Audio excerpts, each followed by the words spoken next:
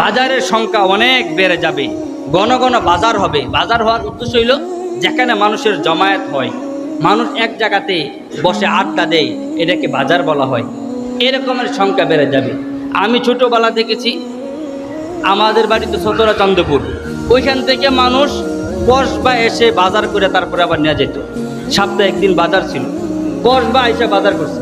এখন প্রত্যেকটা এলাকাতে এলাকাতে বাজার, প্রত্যেকটা এলাকাতে এলাকাতে চাষটল দোকান অভাব নাই, এরকম জায়গায় জায়গায়। এটা কিয়ামতের একটা আলামত, কিয়ামতের একটা আলামত। আপনাদের এই জায়গাতে তো একটা বাজার আছে, ছোটো বাজার, তাই না? মাগরিবের নামাজ, এশারের নামাজ, মসজিদে যে পরিমাণ মুসল্লি, তার থেকে বেশি লোক ওই চাষটলগুলোতে বসে থাকে। একটু 10টা মিনিট সময় মাত্র, যদি শুধুমাত্র ফরজটাও পড়ে 5 থেকে 6 থেকে 7 মিনিট সময় লাগবে। এই সময়টা যেন ওইখানে বসে বসে কেউ তাস খেলে, কেউ ওই যে ক্যারাম বোর্ড খেলে, কেউ ছক্কা খেলে, এই সমস্ত খেলাতে লিপ্ত, অথচ নিজেকে আবার মুসলমান দাবি করতেছে। এই বিষয়গুলো প্রতিকার করা দরকার। সে আপনার ভাই, সে আপনার চাচাতো ভাই, আপনার চাচা, অনেক মুরব্বী বসে থাকে, বসে বসে টিভি দেখে, অথচ নামাজের আজান হয়ে গেছে, নামাজ চলতেছে মসজিদে, মসজিদের স্পিকারের আওয়াজ ওইখানে পর্যন্ত যায়, তেলাওয়াতের আওয়াজ, এরপরও বসে বসে ওইখানে সিনেমা দেখতেছে, টিভি দেখতেছে। মুরব্বী 60 বছর 70 বছর হয়ে গেছে, কখন আপনার হুঁশ ফিরে আসবে বলেন? এই কথাগুলো কেউ বলে না। একজন দায়িত্বশীল এরকম দেখি না যে গিয়ে বলবে, ভাই এই মুহূর্তে নামাজ চলতেছে, সবগুলো দোকান বন্ধ করে দাও। এটা কি আমাদের দায়িত্ব না বলা? কি বলেন, দায়িত্ব কিনা এটা? আমি যদি নিজেকে মুসলমান দাবি করি, 10 মিনিট দোকান বন্ধ থাকলে বলেন আপনার কয় হাজার টাকা লস হয়ে যাবে। সব দোকান যদি বন্ধ হয়ে যায়, কেউ তো আপনার কাছ থেকে কিছু কিনতে আসবে না। তাহলে এরকম দায়িত্ব নিয়ে যদি আমরা এই কাজগুলো করতাম, তাহলে সবাই নামাজ পড়তো, মসজিদে চলে আসতো, মসজিদ ভরে যেত। জুমার দিন মসজিদ ভরে যায়, ফজর নামাজে 1 কাতার আর 1.5 কাতার মুসল্লি হয়। কিয়ামতের একটা আলামত হলো, আল্লাহ রাসূল বলছেন, জায়গায় ঘন ঘন বাজার হবে, ঘন ঘন দোকান হবে, আর এই দোকানগুলোতে 3টা 4টা দোকান মাত্র এখানে, অথচ 50 60 100 জনের মতো মানুষ এই 12টা 1টা পর্যন্ত বসে বসে গান বাদ্য ইত্যাদিতে সময় কাটায়। এই জন্য যারা এলাকার দায়িত্বশীল যারা আছেন, আপনাদেরকে অনুরোধ করব, এই বিষয়গুলো আপনি যেহেতু দায়িত্ব নিয়েছেন, আপনাকে মানুষ সম্মান করে, আপনার জন্য উচিত এই হারাম কাজগুলো থেকে বাধা প্রদান করা। এটা একটা ইমানদারের দায়িত্ব। আমরু বিল মারুফ নাহি আনিল মুনকার, সৎ কাজের আদেশ করা, অসৎ কাজ থেকে মানুষকে বাধা দেওয়া, এটা দায়িত্বশীল যারা, তাদের উচিত এই কাজটা করা। আল্লাহ তাআলার আলামত হলো, মুসলমান এক সময় কিয়ামতের পূর্ব মুহূর্তে মুশরিকদের সাথে সম্পর্ক স্থাপন করবে, বেঈমানদের সাথে সম্পর্ক স্থাপন করবে। একটা পর্যায়ে মুসলমান শিরকে লিপ্ত হয়ে যাবে। এটা কিয়ামতের একটা আলামত। আল্লাহ রসুল সাল্লাল্লাহু আলাইহি ওয়াসাল্লাম হাদিস শরীফে ইরশাদ করেন, লা তাকুমুস সাআহ হাত্তা ইয়ালহাকা কাবাইলা মিন উম্মতি বিল মুশরিকিন ওয়া হাত্তা ইয়াবআদুল আওসান। রসুল সাল্লাল্লাহু আলাইহি সাল্লাম বলেন, কিয়ামত এর পূর্বে একটা অবস্থা এমন হবে, কাবাইলা মিন উম্মতি বিল মুশরিকিন, আমার উম্মতের কিছু লোক মুশরিকদের সাথে সম্পর্কযুক্ত করে ফেলবে। মুশরিকদের সাথে সম্পর্ক, বেঈমান কাফেরদের সাথে সম্পর্ক করবে। হাত্তা ইয়াবআদুল আওসান, সম্পর্ক করতে করতে এমন অবস্থা হয়ে যাবে, একটা পর্যায়ে তারা নিজেরাও শিরিক করতে শুরু করে দেবে। নাউজুবিল্লাহি মিন যালিক। এটা কিয়ামতের আলামত। এই আলামতটাও প্রকাশ পেয়ে গেছে। আমরা এখন শিরিকের মধ্যে এমনভাবে লিপ্ত হয়ে গেছি, সরাসরি আমরা মূর্তির পূজা করি না, কিন্তু এমন একজন লোক পাওয়া যাবে না যার ঘরে ছবি অথবা মূর্তির চিহ্ন নাই। প্রত্যেকটা ঘরে ঘরে দেয়ালের মধ্যে ছবি লটকানো আছে, ঘরের ভিতরে বিভিন্ন পশু পাখির জিনিসপত্র সুকেজের মধ্যে সাজানো আছে। এগুলো সম্পূর্ণ হারাম, কিন্তু আমরা এই কাজগুলো অহরহ করে যাচ্ছি। অনেকে নিজের বাবার ছবি লাগিয়ে রাখে, নিজের আত্মীয় স্বজন, স্বামী স্ত্রী বিবাহ করছে, বিবাহের ছবি লাগায় রাখে। এগুলো হারাম। রাসূল সাল্লাল্লাহু আলাইহি সাল্লাম বলছেন, ওই ঘর থেকে আল্লাহর রহমতের ফেরেশতারা বের হয়ে যায়। নাউজুবিল্লাহ বলেন। এজন্য আমরা বিষয়গুলো খেয়াল করার চেষ্টা করব। কিয়ামতের পূর্ব মুহূর্তে মানুষ মুশরিক এবং বেঈমানদের সাথে সম্পর্ক করবে। আজকে আমরা দেখতে পাই সামান্য একটু ক্ষমতার জন্য কেউ কেউ ইহুদি খ্রিস্টানদের সাথে সম্পর্ক, কেউ মুশরিকদের সাথে সম্পর্ক করে, উদ্দেশ্য শুধুমাত্র একটা সিট পাওয়ার, ক্ষমতা পাওয়া। এটাও কিয়ামতের আলামত। মানুষ কিভাবে মূর্তি পূজা শুরু করে দিবে। সরাসরি মূর্তি পূজা না করলেও ওরা বিভিন্ন মাজারে গিয়ে, বিভিন্ন পীরের পায়ে গিয়ে সেজদা দিবে। এটাও কিয়ামতের একটা আলামত। আমি যখন ছাত্র ছিলাম তখন একবার সীতাকুণ্ড গেছিলাম, সফরে ভ্রমণে গেছিলাম। ওইখানে 320 ফুট উপরে, পাহাড়ের উপরে একটা মন্দির আছে। ওই মন্দিরে যখন আমি উঠলাম, আমার সাথীরা উঠছে অনেকেই। ওই মন্দিরের যে পুরোহিত, মন্দিরের যে পাদ্রী, তার সাথে আমি অনেক লম্বা সময় কথা বললাম, বিভিন্ন বিষয় হিন্দুদের ব্যাপারে জিজ্ঞাসা করলাম। তো সে আমার যে উত্তরটা দিছে, তো দেখেন, আপনারা যেমন মাজারে সেজদা করেন, আপনারা যেমন পীরের পায়ে সেজদা করেন, আমরাও আমাদের কালী মা আছে, দুর্গা আছে, বিভিন্ন আমাদের মা আছে, তাদেরকে আমরা সেজদা করি। মূলত সেজদা করি আল্লাহকে, কিন্তু তাদেরকে নমুনা হিসাবে করি, আপনারা যেমন মাজারে করে। তখন আমি বুঝতে পারলাম আসলে আমাদের সমাজে যারা এই মাজার কেন্দ্রিক সেজদা করে, এটাও হিন্দুদের মতোই এক ধরনের শিরিক হয়। এজন্য এটা কিয়ামতের আলামত, এটা আমাদেরকে বোঝা উচিত। কিয়ামতের আরেকটি আলামত হলো, কিয়ামতের পূর্ব মুহূর্তে মানুষ নিজেদের সাদা চুলগুলোকে কালো রং দিয়ে কালো করবে।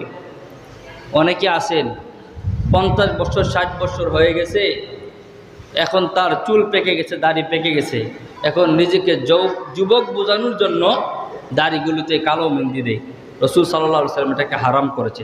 আল্লাহ রসুল সাল্লাল্লাহু আলাইহি সাল্লাম বলেন, ইয়াকুনু কওমুন ইখতাবুনা ফি আখিরিজ জামান বিসসাওয়াত কাহওয়াসিলিল হামাম। আল্লাহ রসুল বলেন, একটা কওম, একটা জাতি, এমন একটা জাতি আসবে যারা নিজেদের চুল এবং দাড়িকে কালো রং দিয়ে খিজাব করবে। আল্লাহ রসুল বলেন, লা ইয়ারিহুনা রিহাতাল জান্নাহ। এই সমস্ত লোকেরা, ওরা তো জান্নাতে যাবেই না, এমনকি জান্নাতের ঘ্রাণ পর্যন্ত তারা পাবে না। নাউজুবিল্লাহ বলে। এজন্য রসুল বলেছেন, চুল দাড়ি সাদা হলে লাল কালার দেওয়ার জন্য, নীল কালার দেওয়ার জন্য, অন্য যে কোনো কালার দিতে পারেন, কিন্তু কালো কালারটা আল্লাহ রসুল নিষেধ করেছেন, এটা আমরা কেউ ব্যবহার করব না। আমার বয়স 60 বছর হয়ে গেছে, এখন কালো দিলে কি আমি যুবক হয়ে যাব? মানুষকে একটু ধোঁকা দিতে পারবো, কিন্তু আমার যৌবন তো চলেই গেছে, যৌবন তো আর ফিরে আনা যাবে না। এজন্য এই কাজটা আমরা করার চেষ্টা করব না।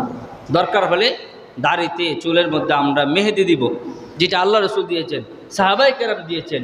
এমন কোনো সাহাবী পাওয়া যাবে না যারা তাদের দাড়ির মধ্যে এবং চুলের মধ্যে মেহেদি লাগায় নাই, খিজাব লাগায় নাই, কিন্তু কালোটা কেউ ব্যবহার করতে পারবে, এটা নিষেধ। এটাও কিয়ামতের একটা আলামত, যে মানুষ নিজেদের চুল এবং দাড়ির মধ্যে কালো খিজাব লাগাবে, কালো কালারটা লাগাবে। এটা হারাম, এটা কেউ করবেন না। জান্নাতে তো যাওয়া হয়ে যাবে না, জান্নাতের গ্যারান্টি পর্যন্ত পাওয়া যাবে না এই কাজটা যে করবে। কিয়ামতের আগে আরেকটি আলামত হলো, কিয়ামতের পূর্ব মুহূর্তে ভূমিকম্প বেড়ে যাবে। জায়গায় জায়গায়, দেশে দেশে ভূমিকম্প, হঠাৎ ভূমিকম্প। এটাও কিয়ামতের একটা আলামত। কিয়ামতের আরেকটি আলামত হলো, কিয়ামতের আগে বেপরদা নারীদের সংখ্যা বেড়ে যাবে। রাস্তাঘাটে শুধু নারী আর নারী, দোকানপাটে শুধু নারী আর নারী, আর বেপরদিগি, এটা কিয়ামতের আগে বেড়ে যাবে। রসুল সাল্লাল্লাহু আলাইহি সাল্লাম বলেন, কিয়ামতের পূর্ব মুহূর্তে নারীদের সংখ্যা বেড়ে যাবে, পাশাপাশি বেপরদা নারীদের সংখ্যাও বেড়ে যাবে।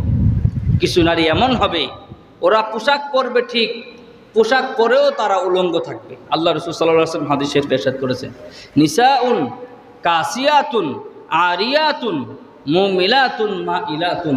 আল্লাহ রসুল বলেন, কিছু সংখ্যক নারী যারা পোশাক পরবে ঠিক, পোশাক পরেও তারা উলঙ্গ থাকবে।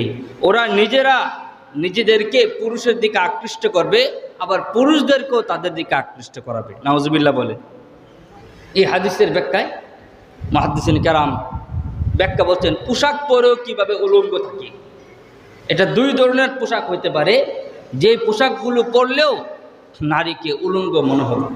এর মধ্যে এক ধরনের পোশাক হলো, সে পোশাক পরছে ঠিক এমন পোশাক, যেই পোশাক এমন টাইট, মনে করেন শরীরের চামড়ার অবস্থাটা পর্যন্ত বোঝা যায়, এমন টাইট পোশাক নারীরা পরে কিনা বলেন? এই পোশাক পরেও সে উলঙ্গর মতো থাকবে। রাসূল সাল্লাল্লাহু আলাইহি সাল্লাম বলেছেন এমন বোরকা পরে, বোরকা পরার কারণে এমন টাইট বোরকা যে বোরকা পরার পরেও তার শরীরের গঠন দেখা যায়, এরকম বোরকা পরাও আল্লাহ রাসূল হারাম করে দিয়েছে। নিসাউন কাসিয়াতুন আরিয়াতুন, পোশাক পরেও উলঙ্গ থাকবে। আরেক ধরনের পোশাক হলো এমন পোশাক যে পোশাকের ভিতর থেকে বাহিরে দেখা যায়, বাহির থেকে ভিতরের অংশ দেখা যায়। আজকে আমাদের সমাজে এই যে ছেলে মেয়েরা, নারীরা, ওরা এমন বেহায়াপনার সাথে রাস্তাঘাটে বের হয়ে যায়, অথচ তার স্বামী আছে, অথচ তার বাবা আছে, অথচ তার ভাই আছে, থাকার পরেও সে কিভাবে রাস্তাঘাটে বেহায়াপনার সাথে বের হয়ে যাচ্ছে। এজন্য গার্জিয়ান, যে পিতা, বড় ভাই, স্বামী, তাদের আল্লাহর দরবারে জবাবদিহি করতে হবে। কোরআন কারিমে আল্লাহ তাআলা ইরশাদ করেছেন, আল্লাহ তাআলা যখন একজন নাফরমান মেয়েকে জাহান্নামে দিয়ে দিবেন, নাফরমান মেয়ে ডাক দিয়া বলবে, বেগানা মেয়ে, বেপরদার সাথে যে মেয়ে চলে, উলঙ্গ বেহায়াপনার সাথে যে মেয়ে চলে, তাকে যখন আল্লাহ তাআলা জাহান্নামে দিয়ে দেবেন, আল্লাহকে বলবেন, আল্লাহ আমাকে জাহান্নামে দেওয়ার আগে আমার দুইটা ফরিয়াদ শুনেন, আমার দুইটা অভিযোগ আছে, অভিযোগগুলো আগে একটু শুনেন। আল্লাহ যেন বলবেন, বলো তোমার অভিযোগ কি? তখন ওই মেয়ে ডাক দিয়া বলবে, আল্লাহ যেই কারণে আমাকে আপনি জাহান্নামে দিতেছেন, আমি নাফরমানি করেছি, বেপরদার সাথে চলেছি, এই জন্য আপনি আমাকে জাহান্নামে দিতেছেন। কিন্তু এই কাজটা করার জন্য আমার মা বাবা আমাকে উদ্বুদ্ধ করেছে। কোনোদিন আমার মা বাবা আমাকে বলে নাই যে মা তুমি পর্দার সাথে চলো, তুমি শরীয়তের বিধানগুলো মেনে চলো, আমাকে বলে নাই। সুতরাং ওরা যেহেতু আমাকে এই শিক্ষাটা দেয় নাই, এই কারণে যদি আমাকে জাহান্নামে যেতে হয়, আগে আমার মা বাবাকে আপনি জাহান্নামে নিক্ষেপ করেন। নাউজুবিল্লাহ। রব্বানা আতিহিম দিআফাইন মিনাল আযাব ওয়াল আনহুম লানান কাবীরা। সেদিন ওই নাফরমান ডাক দিয়ে আল্লাহকে ডাক দিয়ে বলবে, আল্লাহ যাদের কারণে, যে সমস্ত মা বাবা, আত্মীয় স্বজন, অভিভাবকের কারণে আজকে আমাকে জাহান্নামে যেতে হচ্ছে, তাদেরকে আপনি ডবল শাস্তি দেন, তাদেরকে আপনি লানত করতে থাকেন, লানত করতেই থাকেন। নাউজুবিল্লাহ মিন যালিক। এইভাবে বলতে থাকবে, রব্বানা আতিহিম দিআফাইন মিনাল আযাব, আল্লাহ তাদেরকে আপনি ডবল শাস্তি দেন। যে নেতার কারণে, নেতার কথা শুনে আমি নাফরমানিতে লিপ্ত হয়েছি, গুনাহতে লিপ্ত হয়েছি, ও একজনকে অন্যায়ভাবে হত্যা করেছি, আমি আজকে জাহান্নামী, সুতরাং আগে ওই নেতাকে একটু জাহান্নামে নিক্ষেপ করেন। এই কথাগুলো প্রত্যেকটা মানুষ এই কথাগুলো বলবে। আপনি আমি অনেক সময় এরকমটা হয়ে যায়, একজনের কথা শুনে আরেকজনকে আঘাত করি, তার সাথে আমার কোনো সম্পর্ক নাই, ওই আমি তার সাথে চলি, এজন্য তাকে আমি আঘাত করলাম।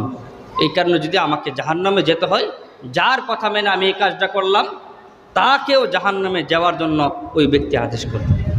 এজন্য বিষয়গুলো আমাদের খেয়াল করা দরকার। আল্লাহ রাসূল বলেছেন, কুল্লুকুম রাঈন ওয়া কুল্লুকুম মাসউলুন আন রাইয়াতিহি। প্রত্যেকটা অভিভাবক তাদের অধীনস্থ সন্তান, স্ত্রী, আরও যারা আছে, তাদের প্রত্যেকের ব্যাপারে আল্লাহর দরবারে হিসাব নিকাশ দিতে হবে, আল্লাহর কাছে জবাবদিহি করতে হবে। শুধুমাত্র সন্তান জন্ম দিলাম আর আমি বাবা হয়ে গেলাম, শেষ আমার দায়িত্ব? বাবা হওয়া এত সহজ না। শুধুমাত্র সন্তান জন্ম দিলেই বাবা হওয়া যায় না। সন্তান জন্ম দেওয়ার পরে অনেকগুলো কাজ আছে, যে কাজগুলো আমাদের করতে হয়। আমাদের অনেক দায়িত্ব থাকে, সন্তানের অনেক হক থাকে। এই হকগুলো আজকে আমরা আদায় করি না। এই হকগুলো আদায় না করার কারণে সন্তান যখন বড় হয়ে যায়, আমি যখন দুর্বল হয়ে যাই, তখন অবস্থা এমন হয়ে যায়, সন্তান তখন আর মা বাবার কথা মেনে চলে না। এর একমাত্র কারণ হইল, সন্তানকে আমি আপনি ছোটোবেলায় যোগ্য করে তুলতে পারি নাই। যদি যোগ্য করে তুলতে পারতাম, তাহলে অবশ্যই সন্তান মা বাবার কথা মেনে চলত। এই জন্য বিষয়গুলো আমাদের খেয়াল রাখা দরকার। এই বিষয়গুলো খেয়াল রাখা দরকার। আমাদের সন্তান, আমাদের মেয়ে, সে পর্দা করতেছে কিনা, বালেগ হওয়ার পর থেকে তার উপর পর্দা ফরজ, তার পুরা আপাদমস্তক মাথা থেকে নিয়ে পা পর্যন্ত ঢেকে রাখা ফরজ। আল্লাহ তাআলা ফরজ করেছেন। আল্লাহ জানাই দিয়েছেন, ওয়াকারনা ফি বুয়ুতিকুন্না ওয়ালা তাবাররাজনা তাবাররুজাল জাহিলিয়াতিল উলা। ও দুনিয়ার নারীরা, তোমরা ঘরে অবস্থান করো, বিশেষ কোনো প্রয়োজন যদি না পড়ে ঘরে অবস্থান করো। আর জাহিলি যুগের নারীরা যেইভাবে অলঙ্গতার সাথে ঘুরে ফেলেছে তাদের মতো তোমরা হয় না, তোমরা ব্যাপার দিকে চলো না, তোমরা সঠিকভাবে দিন মেনে চলো। আল্লাহ তাআলা এই কথাগুলো বলে দিয়েছে। প্যারে হাজিরিন, এজন্য এর জবাবদিহিতা আমাদেরকে কিন্তু হাসরের ময়দানে করতে হবে। রাসূল সাল্লাল্লাহু আলাইহি সাল্লাম হাদিস শরীফে ইরশাদ করেন, সালাসাতুন লা ইয়াদখুলুনাল জান্নাহ, 3 শ্রেণীর মানুষ এমন আছে যারা কখনোই জান্নাতে প্রবেশ করতে পারবে না, এমন কি জান্নাতের গ্রান পর্যন্ত তারা পাবে না। আল্লাহ রাসূল বলেন এর মধ্যে 1 নম্বর হলো আল আকুলি ওয়ালিদাইন, যে মা বাবার অবাধ্য সন্তান, মা বাবার কথা মেনে চলে না, এমন সন্তান জান্নাতে প্রবেশ করবে না। রাসূল সাল্লাল্লাহু আলাইহি সাল্লাম বলেছেন। কেন এই কথাটা বলেছেন? কারণ একজন মা বাবা সন্তানকে জন্ম দিতে গিয়ে কি পরিমাণ কষ্ট করে এটা বোঝা যাবে যখন তুমি মা বাবা হবে তখন। বিশ্বাস করেন, একজন মা একটা সন্তানকে জন্ম দেওয়ার জন্য কি পরিমাণ কষ্ট করেন এটা যে এই জায়গাতে না দেখে সে বুঝতে পারে না। এই জন্য আল্লাহ তাআলা কুরআন কারিমে বলেছেন, তোমরা তোমাদের মা বাবার সাথে ভালো আচরণ করো, মা বাবার কথা মেনে চলো, মা বাবার খেদমত করো। কারণ তোমাকে জন্ম দিতে গিয়ে তোমার মা কত রাত্রিতে ঘুমায় নাই এর কোনো হিসাব নাই, এর কোনো হিসাব নাই। আমি নিজে এর বাস্তব আমি নিজে দেখেছি। আপনারা অনেকে জানেন আমার মেয়ে জন্ম হয়েছে আজকে প্রায় 21 দিনের মতো। এই 21 দিন জন্মের আগে তার মা কষ্ট তো ভোগ করছে, সীমাহীন কষ্ট। জন্ম দেওয়ার পরের দিন থেকে নিয়ে আজকে গত রাত পর্যন্ত এমন একটা রাত্রি নাই যে সে পরিপূর্ণ ঘুমাইতে পারছে। 1 ঘন্টা 2 ঘন্টা ঘুমাইতে পারে না, সারা রাত সন্তানকে কুলে নিয়ে থাকতে হয়। এই সন্তানটা যদি বড় হয়ে মার কথা মেনে না চলে, বাবার কথা মেনে না চলে, একটু চিন্তা করেন ওই মা বাবার কি পরিমাণ কষ্ট লাগবে এত কষ্ট করে সন্তান জন্ম দেওয়ার পরে। এই জন্য আল্লাহ রাসূল সাল্লাল্লাহু আলাইহি সাল্লাম বলেছেন, আল আকুলি ওয়ালিদাইন, যে সন্তান তার মা বাবার কথা মেনে চলে না, মা বাবার আদেশকে রক্ষা করে না, আল্লাহ তাআলা কখনোই তাকে জান্নাতে দিবেন না, তাকে জাহান্নামে নিক্ষেপ করবে। 2 নম্বর আল্লাহ রাসূল বলেন আদ-দাইয়ুস, 2 নম্বর হলো দাইয়ুস, সে কখনোই জান্নাতে যেতে পারবে না। দাইয়ুস কাকে বলে? আল্লাযী ইউকিররু ফি আহলিহি আল খাবাসা। দাইয়ুস বলা হয় যে তার পরিবারের মধ্যে বেহাই, যে তার পরিবারের মধ্যে নির্লজ্জতা, বেহাই এগুলো ছড়ায় ছিটায় দেয়, প্রকাশ করে দেয়, করার সুযোগ করে দেয়, সে হলো দাইয়ুস। আপনার মেয়ে আছে 2টা 3টা, আপনার স্ত্রী আছে পর্দা করে না, সে তার বাসরের সাথে দেখা করে, সে তার অন্য ভাই বেড়াদের সাথে দেখা করে, এলাকার যত পুরুষ আছে তাদের সাথে দেখা সাক্ষাৎ করে, তাহলে আপনি নিজে একজন দাইয়ুস। কারণ আপনি দায়িত্বশীল না, দায়িত্ব পালন করেন নাই, এজন্য আপনাকে জাহান্নামে যেতে হবে। একজন নারী জাহান্নামে গেলে তার সাথে কমপক্ষে 4 জন পুরুষ জাহান্নামে যাবে। একজন নারী জাহান্নামে গেলে তার সাথে কমপক্ষে 4 জন পুরুষ জাহান্নামে যাবে। তার সন্তান যদি বড় হয়, সন্তান জাহান্নামে যাবে, মাকে সে পর্দার মধ্যে রাখে নাই এর জন্য। তার স্বামী জাহান্নামে যাবে কারণ সে তার স্ত্রীকে পর্দার মধ্যে রাখে নাই, এজন্য স্ত্রী বেহাইয়ের সাথে চলাফেরা করছে। স্ত্রী জাহান্নামে গেলে স্বামীও তার জাহান্নামে যেতে হবে। তার বাবা জাহান্নামে যাবে কারণ সন্তান জন্ম দেওয়ার পরে মেয়েকে সুশিক্ষা দেয় নাই, কোরআনের শিক্ষা দেয় নাই, পর্দার সাথে চলার ব্যবস্থা করে দেয় নাই, এজন্য তাকে জাহান্নামে যেতে হবে। 4 নম্বর, তার বড় ভাই যদি থাকে, এই বড় ভাই জাহান্নামে যাবে। কারণ বড় ভাইয়ের দায়িত্ব ছিল ছোট বোনকে সুশিক্ষাটা দেওয়া, পর্দার সাথে চলার ব্যবস্থা করে দেওয়া, এটা সে করে নাই, এজন্য তাকেও জাহান্নামে যাইতে হবে। প্যারা হাজিরিন, এজন্য আমরা হয়তো কেউ বাবা হব, অথবা কেউ স্বামী হব, অথবা কেউ আমরা বড় ভাই হব, অথবা কেউ আমরা ছেলে হব, 4টার যে কোনো একটা তো আমরা হবই। তা আমাদের জন্য দায়িত্ব হলো আমাদের যে মেয়েরা আছে, আমাদের যে স্ত্রীরা আছে, আমাদের যে মারা আছে, তাদেরকে পর্দার জন্য ব্যবস্থা করে দেওয়া, তারা যাতে পর্দার সাথে চলতে পারে, এই সুশিক্ষাটা দেওয়া, এই ব্যবস্থাটা আমাদের করে দেওয়া। রাসূল সাল্লাল্লাহু আলাইহি সাল্লাম বলেছেন, পৃথিবীর বুকে, আল্লাহ রাসূল সাল্লাল্লাহু আলাইহি সাল্লাম বলেন, পৃথিবীর বুকে আমি চলে যাওয়ার পর থেকে নিয়ে মহিলাদের ফিতনার চাইতে বড় ফিতনা আমি আরেকটা রেখে যাই নাই। আল্লাহ রাসূল সাল্লাল্লাহু আলাইহি সাল্লাম বলেন, মা তারাকতু বাদি ফিতনাতান আদাররা আলার রিজালি মিনান নিসা, আমার মৃত্যুর পরে, আমার পরে মহিলাদের ফিতনার চাইতে বড় কোনো ফিতনা আমি রেখে যাই নাই।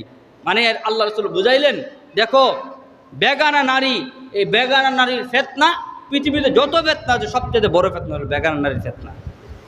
শুধুমাত্র মুসলমানদের জন্য না, একবার বনী ইসরাইল থেকে নিয়ে প্রত্যেকটা জাতিতে যত ফিতনা তৈরি হয়েছে, এই ফিতনার মূল ছিল নারী। নারীর কারণে এই ফিতনার মধ্যে পড়েছে। বনী ইসরাইলে একজন বড় আবেদ ছিল, বাল্লাম বাউল নামে একজন বড় আবেদ, যিনি ইসমে আজম জানতেন। তিনি ইসমে আজম পরে দোয়া করলে আল্লাহ তাআলা তার দোয়া সাথে সাথে কবুল করে দিতেন। এই বাল্লাম বাউল এত বড় আল্লাহওয়ালা বুজুর্গ ছিলেন, কিন্তু সে বুজুর্গ নারীর ফিতনায় পড়ে ঈমান হারা হয়ে বেঈমান হয়ে গেছে। নাউজুবিল্লাহ। নারীর ফিতনা এত বড়, এজন্য নারী থেকে দূরে থাকতে হবে। এই বেপরদা নারী যারা, পর্দার সাথে চলে না যারা, তাদের ব্যাপারে আল্লামা যাহাবী রহমতুল্লাহ আলাই ওনার রচিত কিতাব আল কাবাইর, এই কিতাবের মধ্যে বেপরদা নারীর অনেকগুলো শাস্তির কথা উল্লেখ করেছেন। এর মধ্যে 1 নম্বর শাস্তি, যেটা আল্লাহ রাসূল সাল্লাল্লাহু আলাইহি সাল্লাম মেরাজের রাত্রিতে জাহান্নামে গিয়ে এই শাস্তিগুলো দেখে এসেছেন। এর মধ্যে 1 নম্বর শাস্তি হলো বেপরদা নারী যারা পর্দা করে না, নিজের চুল খোলা রাখে, নিজের হাত পা খোলা রাখে, ওড়না পরে না, নিজের চেহারাকে ডেকে রাখে না, এমন নারী যে তাকে আল্লাহ তাআলা চুলের মধ্যে আংটা লাগায়া জাহান্নামের মধ্যে নিক্ষেপ করবে। নাউজুবিল্লাহ বলেন। কেন? সে তার চুলগুলোকে খুলে মানুষকে দেখাইছে, এজন্য চুলের মধ্যে আংটা লাগাইবে, লাগাইয়া ঝুলাই রাখবে, আর আগুন দিয়ে তাকে শাস্তি দেওয়া হবে। কিছু কিছু মহিলাকে তার বুকের মধ্যে পেরেক লাগাই দিবে, বুকের মধ্যে লাগাইয়া ঝুলাই রাখবে, ঝুলাই আল্লাহ তাআলা শাস্তি দিবেন। কিছু কিছু নারী থাকবে এমন যাদের মুখের মধ্যে এই যে ঠোঁট আছে, ঠোঁটের মধ্যে আল্লাহ তাআলা পেরেক লাগায় শাস্তি দিবেন। কেন? কারণ ওরা রাস্তাঘাটে বের হয়ে মানুষের গীবত শিকায়ত করেছে, এক নারী অপর নারীর সাথে বিদ্বেষ পোষণ করেছে। এই বিদ্বেষ পোষণ করার কারণে তাদেরকে জাহান্নামে এরকম শাস্তি দেওয়া হবে। এছাড়া আরও অনেক শাস্তির কথা কিতাবের মধ্যে মহিলাদের শাস্তির কথা উল্লেখ আছে। এজন্য আমাদের উচিত এই নারীদের ফিতনা থেকে বেঁচে থাকা। নারীদের ফিতনা বড় মারাত্মক ফিতনা। যে নারীরা বেপরদার সাথে চলে এদের থেকে দূরে থাকা। রাসূল সাল্লাল্লাহু আলাইহি সাল্লাম বলেছেন, তোমরা কখনোই তোমার মাহরাম নয় এমন নারীর সাথে একাকী কোনো জায়গাতে থাইকো না। একা একা, আপনার সাথে পরিচয় নাই, আপনার সে মাহরাম না, তাকে দেখার অধিকার ইসলাম আপনাকে দেয় নাই, এমন নারীর সাথে একাকী থাকতে আল্লাহ রাসূল নিষেধ করেছেন। কারণ 2 জন নারী এবং পুরুষ এক জায়গায় থাকলে 3য় জন শয়তান তাদের সাথে থাকে, তাদেরকে বিভিন্ন গুনাহের কাজে লিপ্ত করে। এজন্য নারী থেকে দূরে থাকার চেষ্টা করা। কিয়ামতের একটা গুরুত্বপূর্ণ আলামত হলো নারীদের সংখ্যা বেড়ে যাবে, আর বেপরদা নারীদের সংখ্যাও বেড়ে যাবে। এটা কিয়ামতের একটা আলামত। প্রিয় হাজিরিন, এজন্য আমাদের যাদের নারীরা আছে তাদেরকে এই কথাগুলো বোঝানো, তারা যে পর্দার সাথে চলে, পর্দা মেনটেন করে চলে। কিয়ামতের আরেকটি আলামত হলো কিয়ামতের আগে কিয়ামতের আগে যত জনপদ আছে, জনপদের মধ্যে বাজারের সংখ্যা অনেক বেড়ে যাবে। বাজারের সংখ্যা অনেক বেড়ে যাবে, ঘন ঘন বাজার হবে। বাজার হওয়ার উদ্দেশ্য হইল যেখানে মানুষের জমায়েত হয়, মানুষ এক জায়গাতে বসে আড্ডা দেয়, এটাকে বাজার বলা হয়। এরকমের সংখ্যা বেড়ে যাবে। আমি ছোটোবেলা দেখেছি, আমাদের বাড়ি তো সতরা চন্দ্রপুর, ওইখান থেকে মানুষ কসবা এসে বাজার করে তারপরে আবার নিয়ে যেত। সপ্তাহে একদিন বাজার ছিল, কসবা এসে বাজার করছে। এখন প্রত্যেকটা এলাকাতে এলাকাতে বাজার, প্রত্যেকটা এলাকাতে এলাকাতে চাষটল দোকান অভাব নাই, এরকম জায়গায় জায়গায়। এটা কিয়ামতের একটা আলামত। কিয়ামতের একটা আলামত। আপনাদের এই জায়গাতে অত একটা বাজার আছে, ছোটো বাজার, তাই না? মাগরিবের নামাজ, এশারের নামাজ, মসজিদে যে পরিমাণ মুসল্লি, তার থেকে বেশি লোক ওই চাষটলগুলোতে বসে থাকে। একটু 10টা মিনিট সময় মাত্র, যদি শুধুমাত্র ফরজটাও পড়ে 5 থেকে 6 থেকে 7 মিনিট সময় লাগবে। এই সময়টা যেন ওইখানে বসে বসে কেউ তাস খেলে, কেউ ওই যে ক্যারাম বোর্ড খেলে, কেউ ছক্কা খেলে, এই সমস্ত খেলাতে লিপ্ত, অথচ নিজেকে আবার মুসলমান দাবি করতেছে। এই বিষয়গুলো প্রতিকার করা দরকার। সে আপনার ভাই, সে আপনার চাচাতো ভাই, আপনার চাচা, অনেক মুরব্বী বসে থাকে, বসে বসে টিভি দেখে, অথচ নামাজের আজান হয়ে গেছে, নামাজ চলতেছে মসজিদে, মসজিদের স্পিকারের আওয়াজ ওইখানে পর্যন্ত যায়, তেলাওয়াতের আওয়াজ, এরপরে বসে বসে ওইখানে সিনেমা দেখতেছে, টিভি দেখতেছে। মুরব্বী 60 বছর 70 বছর হয়ে গেছে। কখন আপনার হুঁশ ফিরে আসবে বলেন? এই কথাগুলো কেউ বলে না। একজন দায়িত্বশীল এরকম দেখি না যে গিয়ে বলবে, ভাই এই মুহূর্তে নামাজ চলতেছে, সবগুলো দোকান বন্ধ করে দাও, এটা কি আমাদের দায়িত্ব না বলা? কি বলেন, দায়িত্ব কিনা এটা? আমি যদি নিজেকে মুসলমান দাবি করি, 10 মিনিট দোকান বন্ধ থাকলে বলেন আপনার হাজার টাকা লস হয়ে যাবে। সব দোকান যদি বন্ধ হয়ে যায়, কেউ তো আপনার কাছ থেকে কিছু কিনতে আসবে না। তাহলে এরকম দায়িত্ব নিয়ে যদি আমরা এই কাজগুলো করতাম, তাহলে সবাই নামাজ পড়তো, মসজিদে চলে আসতো, মসজিদ ভরে যেত। জুমার দিন মসজিদ ভরে যায়, ফজর নামাজে 1 কাতার আর 1.5 কাতার মুসল্লি হয়। কিয়ামতের একটা আলামত হলো, আল্লাহ রসুল বলছেন, জায়গায় ঘন ঘন বাজার হবে, ঘন ঘন দোকান হবে, আর এই দোকানগুলোতে 3-4টা দোকান মাত্র এখানে, অথচ 50, 60, 100 জনের মতো মানুষ এই 12টা 1টা পর্যন্ত বসে বসে গান বাদ্য ইত্যাদিতে সময় কাটায় দেয়। এই জন্য যারা এলাকার দায়িত্বশীল যারা আছেন, আপনাদেরকে অনুরোধ করব, এই বিষয়গুলো আপনি যেহেতু দায়িত্ব নিয়েছেন, আপনাকে মানুষ সম্মান করে, আপনার জন্য উচিত এই হারাম কাজগুলো থেকে বাধা প্রদান করা। এটা একটা ইমানদারের দায়িত্ব। আমরু বিল মারুফ নাহি আনিল মুনকার, সৎ কাজের আদেশ করা, অসৎ কাজ থেকে মানুষকে বাধা দেওয়া, এটা দায়িত্বশীল যারা, তাদের উচিত এই কাজটা করা। আল্লাহ তাআলা আমাদেরকে করার তৌফিক দান করুন, সকলে বলেন আমিন। এই কিয়ামতের একটা আলামত হলো ঘন ঘন বাজার হবে। এরপরে কিয়ামতের আরেকটি আলামত হলো, কিয়ামতের পূর্ব মুহূর্তে আত্মীয়তার সম্পর্ক ছিন্ন হয়ে যাবে, আত্মীয়তার সম্পর্ক থাকবে না। এখন ভাই তার বোনকে আর দেখে না, বোনের বাড়িতে বেড়াইতে যায় না, তার বোনের যে বাগনিরা আছে, বাতিজিরা আছে, তাদের সাথে সম্পর্ক রাখে না। ও দূরের আত্মীয় আছে, ছেলেকে বিয়ে দিছে, ছেলেকে বিয়ে করেছে, এবং বিআইনের সাথে খুব আত্মীয়তার সম্পর্ক, অথচ নিজের রক্তের সম্পর্ক, নিজের বোন, ওই বোনে একটু জাগার দাবি করছে, বাবার সম্পত্তি দাবি করছে, এজন্য বোনের সাথে সম্পর্ক কাট, এখন আর সম্পর্ক নাই। এটা কিয়ামতের একটা আলামত। কিয়ামতের পূর্ব মুহূর্তে আত্মীয়তার সম্পর্ক মানুষ ছিন্ন করে দিবে। ভাইয়ের সাথে ভাইয়ের কোনো সম্পর্ক নাই, ভাইয়ের সাথে বোনের সম্পর্ক নাই, ফুফুর সাথে যে ভাইয়ের ছেলের এই সম্পর্ক নাই, এগুলো নষ্ট হয়ে যাবে। এটা কিয়ামতের একটা আলামত। আল্লাহ রাসূল সাল্লাল্লাহু আলাইহি সাল্লাম বলেছেন যে লা ইয়াদখুলুল জান্নাতা কাতিউ রাহমিন, আত্মীয়তার সম্পর্ক ছিন্নকারী যে হয়, সে কখনোই জান্নাতে প্রবেশ করবে না। প্রিয় হাজিরিন, এজন্য কিয়ামতের এই যে আলামতগুলো, যেগুলো আমাদের সামনে প্রকাশ হয়ে গেছে, এখন একবার সমাজের রন্ধে রন্ধে এগুলো ছড়ায় পড়ছে, এগুলো থেকে আমাদেরকে বিরত থাকতে হবে। একজন আলেম বলেছিলেন, কিয়ামতের যত আলামত আছে, যেগুলো আলামতগুলো প্রকাশ পেয়ে গেছে, যেগুলো বর্ণনা দেওয়া হয়েছে, এগুলো থেকে আমাদের উচিত বিরত থাকা, এগুলো জেনে জেনে বিরত থাকা উচিত।